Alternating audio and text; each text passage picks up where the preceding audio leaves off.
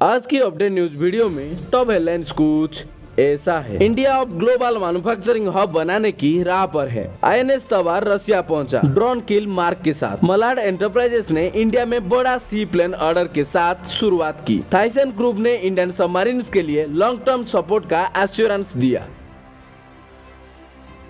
India एक global manufacturing centre बनाने की राह पर है, जिसे उसकी तेज इकोनॉमिक ग्रोथ और स्ट्रैटेजिक इनिशिएटिव से मदद मिल रही है। ये ग्लोबल फाइनेंशियल सर्विसेज फर्म लाजर की एक रिपोर्ट कहता है। ये report outlook on emerging markets India की स्ट्रॉन्ग डेमोग्राफिक एडवांटेजेस को हाईलाइट करता है और ये प्रेडिक्ट करता है कि 2060 तक सिग्निफिकेंट ग्रोथ होगी, क्योंकि यहाँ की लेबर फोर्स यंग और एक्सपांडिंग है। लगभग 80% जनसंख्या 50 साल से कम उम्र के होने के साथ और बढ़ता हुआ मिडिल क्लास जो रियल वेजेस ग्रोथ देख रहे हैं। इंडिया को एक सिग्निफिकेंट डेमोग्राफिक डिविडेंड का फायदा मिलने वाला है। रिपोर्ट कहती है कि पीएम मोदी की पहला 2 टर्म्स ने इंडिया की मैक्रो इकोनॉमी को स्टेबलाइज करने, लाखों लोगों को डिजिटल इकोनॉमी में शामिल करने और टैक्स और दूसरे रिफॉर्म इम्प्लीमेंट्स करने में सफलता हासिल की है। इंडिया को दुनिया की तीसरी सबसे बड़ी इकोनॉमी बनाने की रास्ते पर देखा जा रहा है, जहां जीडीपी $5 ट्रिलियन क्रॉस कर चुका है और अब गोल है कि 2047 तक $30 ट्रिलियन इकोनॉमी बनाने जाए। प्राइम मिनिस्टर ने सैटरडे को NITI आयोग की मीटिंग में विचार की, जिसमें विकसित भारत 2047 सेंट्रल थीम थी। उन्होंने जोर दिए कि देश को उन अपॉर्चुनिटी का फायदा उठाना चाहिए जो दुनिया में हो रहे टेक्नोलॉजिकल और जियोपॉलिटिकल चेंजेस की वजह से निकल रही है। गवर्निंग काउंसिल मीटिंग में विकसित भारत 2047 की विजन डॉक्यूमेंट की अप्रोच पेपर पर चर्चा हुई। मीटिंग में रूरल और अर्बन पॉपुलेशन की क्वालिटी ऑफ लाइफ को एनहांस करने की रोड मैप पर भी बात हुई, जिसे गवर्नमेंट इंटरवेंशन की डिलीवरी मैकेनिज्म को स्ट्रांग बनाया जा सके। प्राइम मिनिस्टर ने यह भी कहे कि यूनियन बजट 2024-25 इंडिया को दुनिया की तीसरी सबसे बड़ी इकोनॉमी बनाने और विकसित भारत गोल के लिए एक स्ट्रांग फाउंडेशन रखने में कैटलिस्ट होगा। बजट ने मैन्युफैक्चरिंग सेक्टर, खास करके micro, small and medium enterprises को एक बूस्टर शूट दिया है।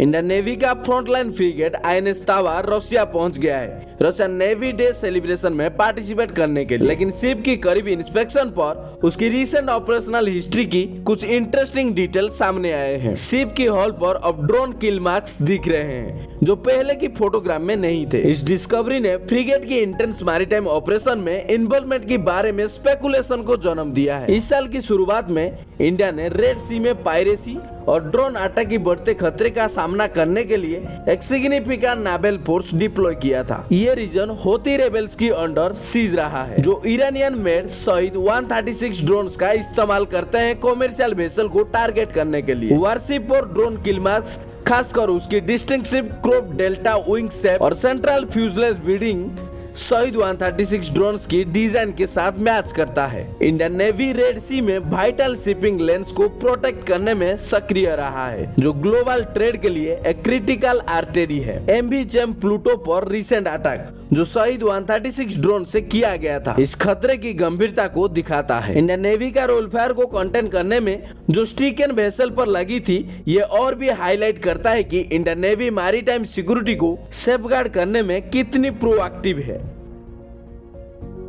US based amphibious aircraft manufacturer Malad enterprises ने इंडियन मार्केट से अपने सी प्लेन्स के लिए काफी इंटरेस्ट देखा है और फानबर्न एयर शो में कई लेटर ऑफ इंटेंट साइन किए गए हैं। सबसे बड़ा ऑर्डर मेहर से आया है, जो एक prominent Indian seaplane operator है और उन्होंने 50 मलाड्स hull based amphibious ME-1A aircraft खरीदने की इरादा दिखाया है। मेहर, जो 2011 से काम कर रहा है, इंडिया सी प्लेन इंडस्ट्री में एक एक्सपीरियंस प्लेयर है और पहले एक गवर्नमेंट स्कीम के अंडर रीजनल एयरपोर्ट डेवलपमेंट के लिए ऑपरेट कर चुके हैं। कंपनी नवंबर 2024 में अपने ऑपरेशनल दोबारा शुरू करने वाली है और उनका फोकस अंडमान निकोबार आइलैंड और गुजरात पर होगा। सिद्धार्थ वर्मा, मेयर की मैनेजिंग डायरेक्टर, ने कंपनी की कमिटमेंट को जोर दिया है कि वो इंडिया में एक मजबूत सी प्लेन इंडस्ट्री को बढ़ावा देंगे। उनके एम्बिटियस एक्सपेंशन प्लान के साथ मेयर अगले 4 सालों में $100 मिलियन का रेवेन्यू जनरेट करने की उम्मीद रखा है।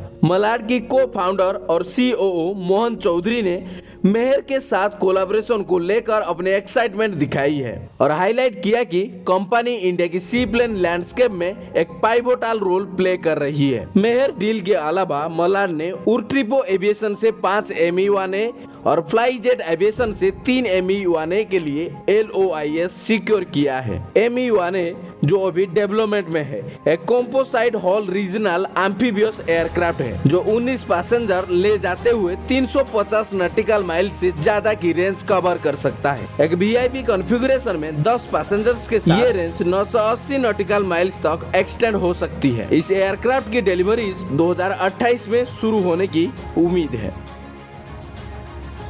इंडियन नेवी की शिशुमार क्लास सबमरीन जो जर्मनी टाइप 209 डिजाइन पर बेस्ड है अभी कई सालों तक देश की सेवा करती रहेंगी। Germany ship builder Thyssen group Marin system ने प्रोमिस किया है कि वो इन जरूरी शिप्स को मेंटेन करते रहेंगे चाहे इंडियन नेवी इनके ऑपरेशनल लाइफ और 10-15 साल के लिए एक्सटेंड कर दे। शिशुमार क्लास इंडिया और जर्मनी का सक्सेसफुल कोलैबोरेशन का एक एग्जांपल है। पहली सबमरीन INS शिशुमार 1986 में कमीशन हुई थी जबकि फ्लीट की सबसे यंगेस्ट सबमरीन INS संकुल 1994 में ज्वाइन हुई थी। इनकी एज के बावजूद ये सबमरीन अभी भी भारत की अंडर वाटर डिफेंस कैपेबिलिटीज का एक इम्पोर्टेंट हिस्सा है। थाइसन ग्रुप समझता है कि शिशुमार क्लास भारत की मैरीटाइम सिक्योरिटी के लिए कितनी इम्पोर्टेंट है। Thyssen group Marin system India की CEO खलील रहमान ने प्रोमिस किया है कि सपोर्ट कंटिन्यू रहेगा चाहे एक्सटेंशन का डिसीजन कुछ भी हो। उन्होंने टेक्नोलॉजी ट्रांसफर की भी बात की जो इंडिया को एनेबल करता है कि इंडियन नेवी की सबमरीन को देश के अंदर ही मेंटेन करे और ओवरऑल कर सके बिना जर्मनी वापस भेजे। Last year Thyssen group Marin system ने माजागन डक सी बिल्डर लिमिटेड के साथ पार्टनरशिप की थी INS शंकुश को मॉडर्नाइज करने के लिए जो दूसरी शिशुमार क्लास की सबमरीन से। इस प्रोजेक्ट का एम है कि इसके ऑपरेशनल लाइफ को 10 साल तक एक्सटेंड करना। लीड बोर्ड INS शिशुमार भी 2018 से मीडियम रैपिड कम लाइफ सर्टिफिकेशन प्रोसेस से गुजर रही है। तो ये था आज की डिफेंस न्यूज। ऐसे और भी defence news, update news, current affairs जानने के लिए हमारे चैनल को जरूर सब्सक्राइब करें और अपने दोस्तों के साथ शेयर करें और जानते हैं इंडिया की पहचान।